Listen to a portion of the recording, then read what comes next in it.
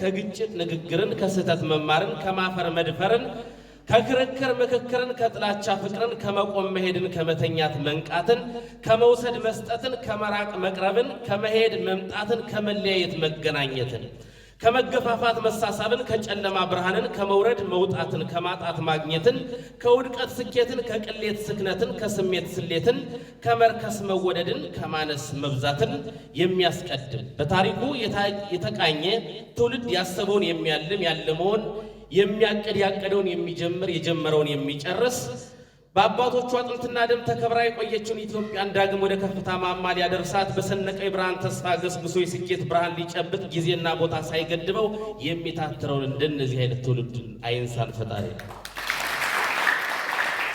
የተከበራችሁና የተወደዳችሁ በደራሲ ነጋ ደጀን ለምን እንሰንፋለን የተሰኘውን መጽሐፍ ዛሬ ለመመረቅ ተገናኝተናል። በታላቅ አክብሮት የምጠይቃችሁ ከመቀመጫችሁ አንዴ ብድግ ብላችሁ ልትቆሙ ጠይቃለሁ።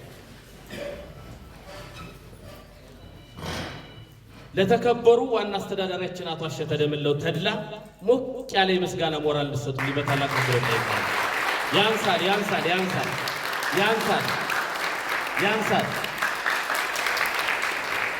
እናመሰግናለን። ክብረት ይስጥልን። ተቀመጡልን።